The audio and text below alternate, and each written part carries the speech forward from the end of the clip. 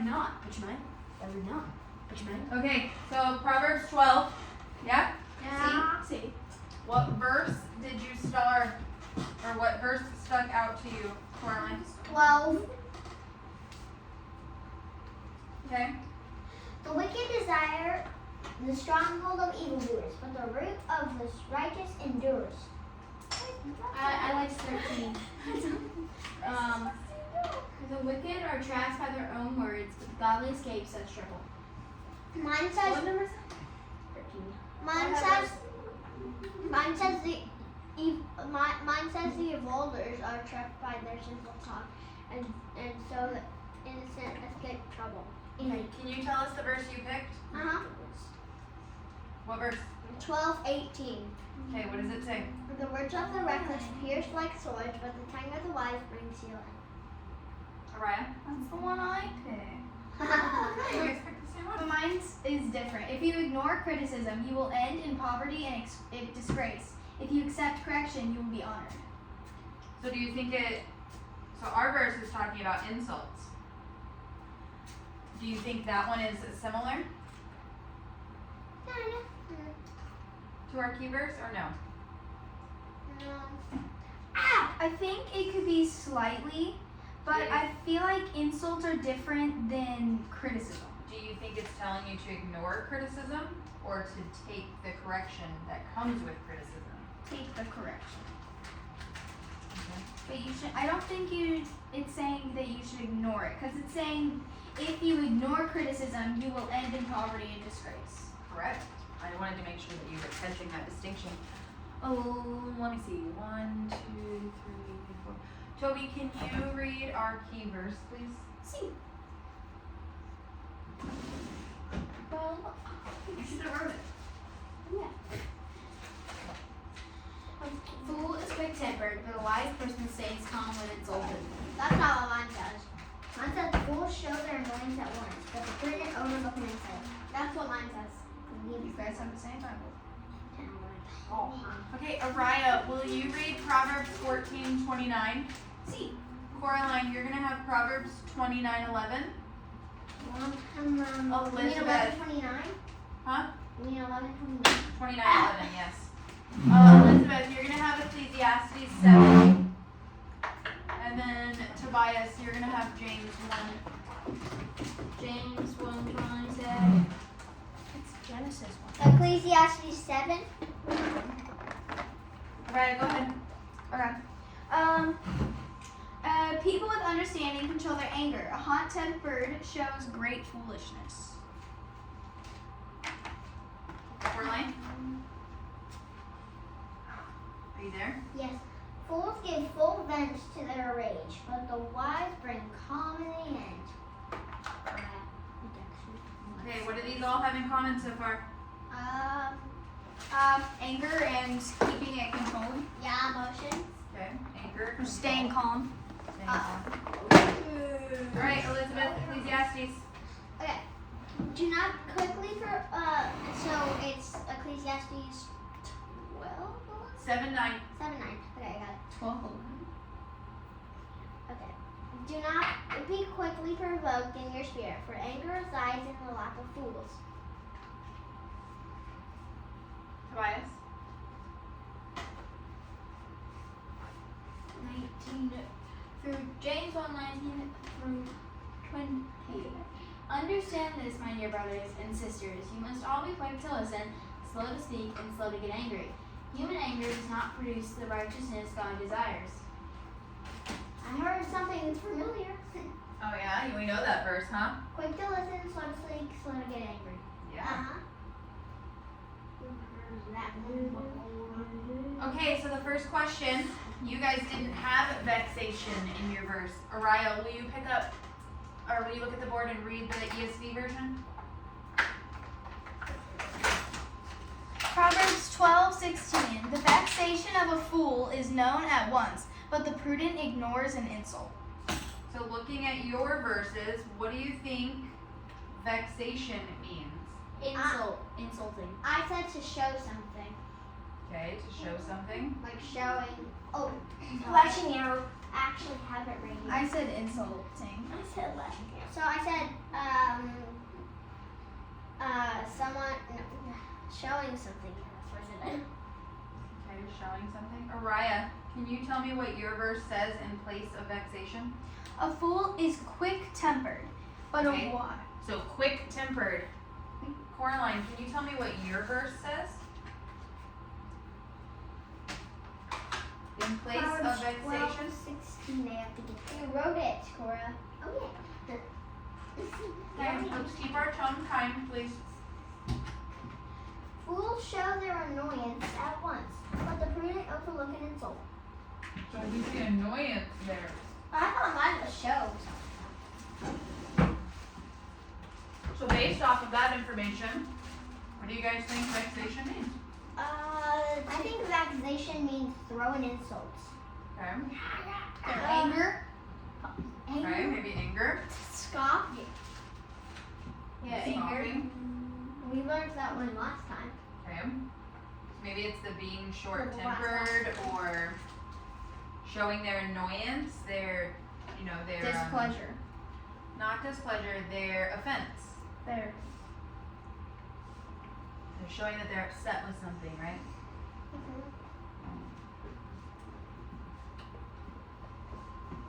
Okay. So with that, and we would say vexation is that anger. They're letting their anger spill out, right? Yep. We've talked about anger a little bit already in Proverbs. So your next question was, Araya, will you read it? Yes. What is a fool? All right. What is a fool? Oh, I know. I said someone who is dumb. Okay, someone who's dumb. A fool is someone who cannot take correction. Hey! Someone who can't take correction. Hey there. Is that what you said, Lizzie? Or Cora? Yes! Are you a horse? Toby, don't be sarcastic. I said a fool is a person who does not listen to wisdom. Okay, someone who doesn't listen to wisdom.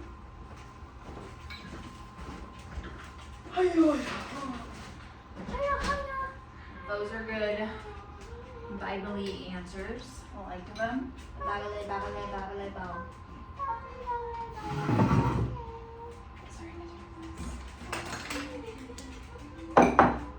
Toby, you have my laptop.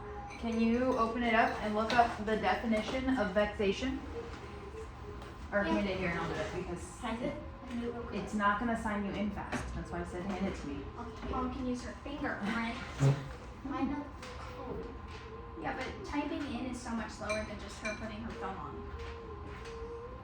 Okay, let's see. Elizabeth, please leave my bowl alone.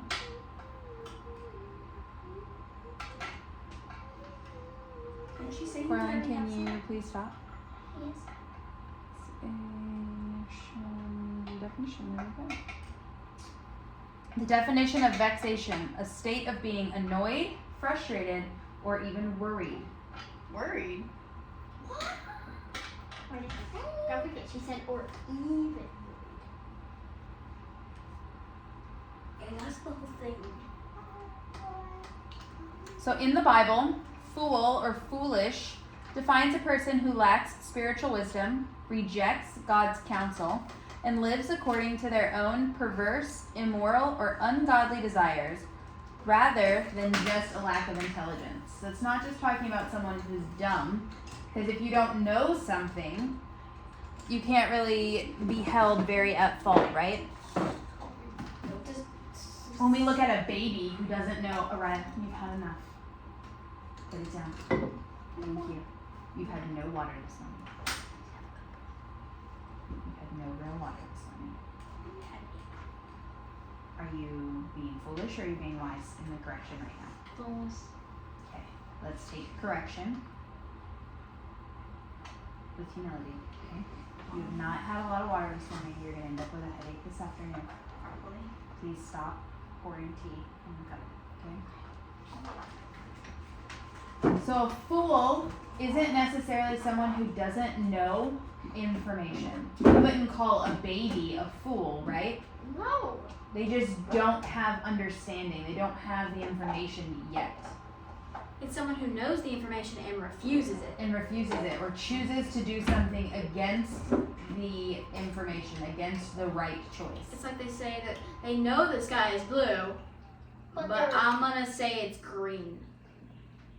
So if you get angry really quickly when someone annoys you, what do you think this verse is saying about you? You're foolish. The Bible's calling you foolish. So take a minute to self-reflect. How often do you get angry when someone annoys you? I get very angry. Like when Toby would take my book away, I get annoyed, so I take his computer away. When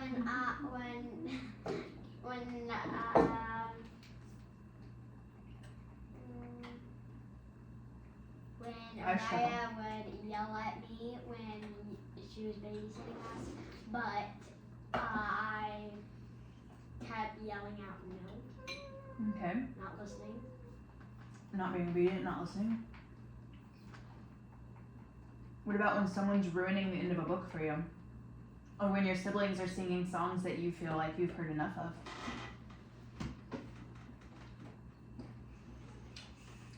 Are you trying to escape? Because he knows he likes ruining the books. I don't ruin them. I just like to tell people things. I wasn't even necessarily talking about bias. Or when someone acts a certain way to get attention and it annoys you because you don't want them to be the center of attention. And you respond with anger. You let that annoyance come out. Guess what? When we take that back to the Word of God, guess what it tells us? You're being foolish. You're allowing the enemy space to speak in choosing anger in that moment. Do you want to be a fool? No. And I'm not saying that this is an easy thing. Like, I struggle with this. When you guys are overwhelming me and all trying to tell me something, or I'm in the middle of trying to grade something, or whatever it is I'm doing, maybe I'm cooking dinner, and you want to come and start telling me about your book.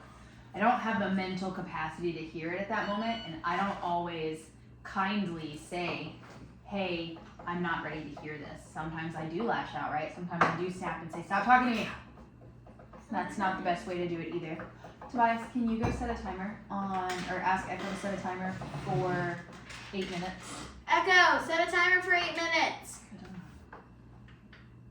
8-minute timer started. I literally could have done Sure, that. I wanted you to walk over to do it. Okay, do you want to be a fool? No.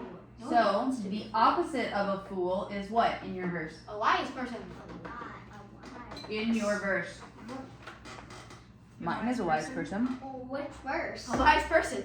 Our main verse. Mine says the prudent ignores an insult. Mine says a wise person. says the prudent. Yours says prudent. Prudent. Prudent. That mine said had T. Yeah. Prudent. Prudent. Prudent. There's no. A prudent person. So what does this say about a prudent person? That they ignore an insult. What does it look like to ignore an insult? Walking away when you're angry. Like, I'm not going to listen to you. To not engage or be I upset said- by it. I said when someone says something mean, walk away. To walk away? Does walking away always help with the emotions that are inside of you? No. Does it make the anger go away? No. You could talk to somebody about it. Okay. Talk to who? Jesus? Okay, you can pray about it. Jesus? You can ask a parent for help to process. That's a good place. Should we go talk to different friends about our sibling or the friend that No, because that's gossip. Therapy. you could talk to a therapist? Yeah. Therapy. But we don't want to just go talk to anyone because we don't want to engage in gossip, right? No. But what about, so it says ignoring an insult. We're talking about just walking away. When you've walked away from those times in the past, what's still going on inside of you, in your mind? You're still broiling. You're still boiling with anger. Okay. Makes my attitude sometimes. So maybe that's a good time for self-reflection. Why is this making me angry? going and humbly praying and asking the Holy Spirit to reveal to us, why is this upsetting me the way it is? Why is their action making me angry? Maybe it's someone who said an unkind word. Those are places where we can say, I don't accept that. I rebuke that. I reject that information. We don't have to accept an insult from someone else, right? Throw that in the trash. Yep, we throw it away. Go away. This is where capturing our thoughts comes into place. Someone does that annoying thing and you're immediately angry, that's where we capture that thought. Why am I angry? Oh, I'm angry because I feel like this person did X, Y, Z. What is truth in this moment? Is my identity threatened?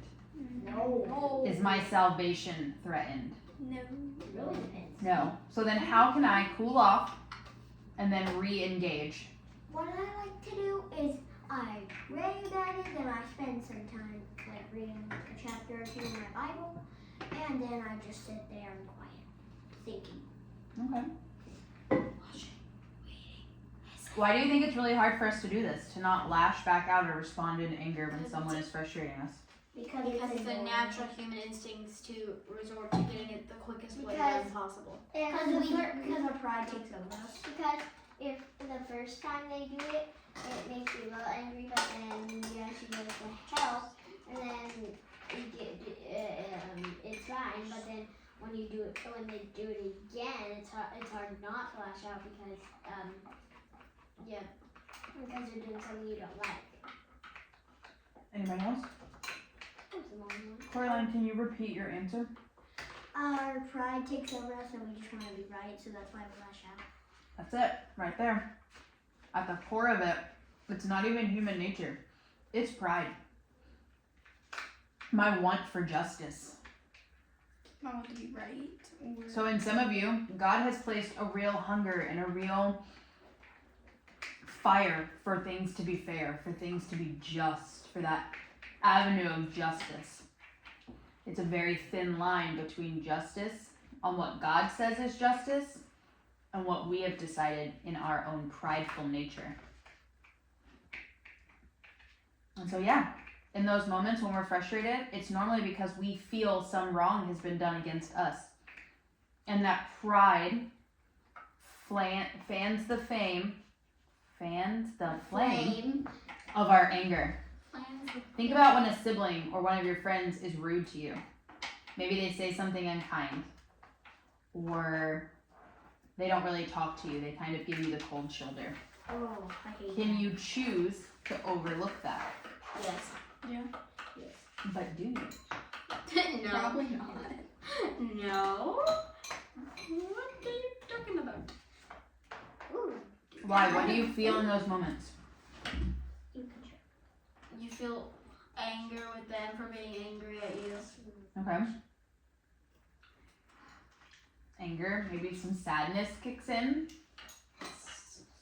Like Maybe when- sometimes you think, well, fine then, I'll just go ignore them over here. I'll do to them what they're doing to me. Wanting to get revenge back for Revenge or repayment. Like when Mora and Emma would be mean to me, and I would just go away with Olivia and Izzy, and then when they came to us thinking that they did nothing wrong, I would just give them the cold shoulder and be like, no, I don't want to talk to you anymore. Yeah, instead of looking for a solution, we want them to know how we felt, right? But what is God saying about that? that's wrong. That it makes us the fool. When we seek to get justice ourselves, what we do is create the fool in us. Ignoring an insult means not getting angry, not lashing out, or responding with something unkind. It means to just not let it bother you. What they said is not To true. continue on with your life. Stopping and saying, does this affect me? Does it change my identity or my salvation? Please stop doing that. It's very loud. Right in my ear.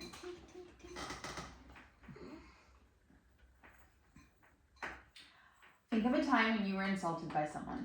Araya. How did you respond?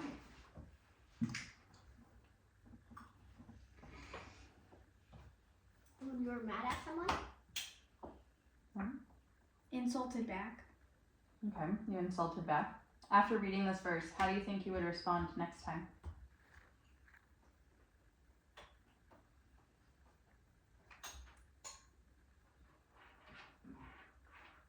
Maybe slow down and maybe first understand why they did it, and then